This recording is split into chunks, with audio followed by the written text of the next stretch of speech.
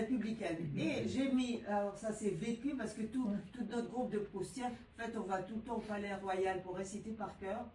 Et on est soutenu, notre saint patron, on pourrait presque dire, c'est l'administrateur du Palais Royal qui s'appelle Émeric, que vous voyez devant. Et c'était donc la journée du patrimoine, un souvenir inoubliable pour toujours, parce qu'il y avait la cavalerie, enfin de la garde républicaine, et qui a tourné, mais ça a duré mais longtemps, et la foule augmentait, et nous on avait nos petits badges, on était, nous, je sais pas, 15 vieillards qui essayaient de contenir la foule, et c'était vraiment une journée extraordinaire. Et vous voyez, Émeric qui essaie de protéger les chevaux. Enfin, c'était vraiment... Les uniformes sont les mêmes. Et pendant qu'il est à Doncières, chez son ami Saint-Loup, il y a...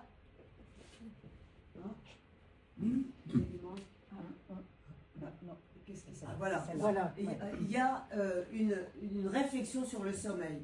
Et dans toute la recherche, le narrateur parle du sommeil et dit même qu'on ne peut pas connaître un homme sans savoir, sans voir, sans imaginer, sans savoir qu'il est baigné dans le sommeil. Alors là, je vous ai mis bien sûr là, ce cauchemar de Fusty qui est très connu, et quelques plantes qui induisent le sommeil. Et il faut dire que l'auteur, et non pas le narrateur, le Marcel Proust, il a tout essayé. Là, vous voyez, là, du datura, du laudanum, du cannabis, la belladone.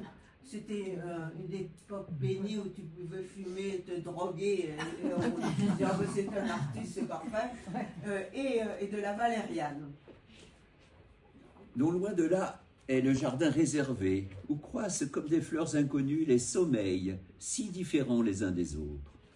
Sommeil du datura, du chanvre indien, des multiples extraits de l'éther, sommeil de la belladone, de l'opium, de la valériane, fleurs qui restent closes jusqu'au jour où l'inconnu prédestiné viendra les toucher, les épanouir, et pour de longues heures dégager l'arôme de leurs rêves particuliers en un être émerveillé et surpris.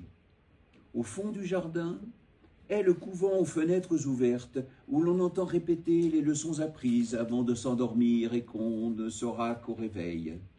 Tandis que, présage de celui-ci, fait résonner son tic-tac, ce réveil matin intérieur que notre préoccupation a réglé si bien que quand notre ménagère viendra nous dire « il est 7 heures », elle nous trouvera déjà prêts.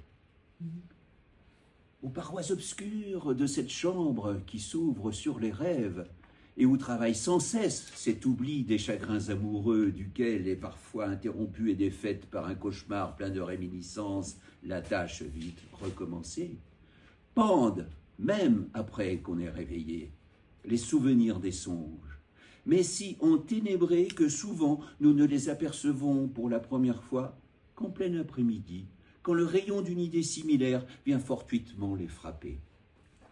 Alors, à Doncières,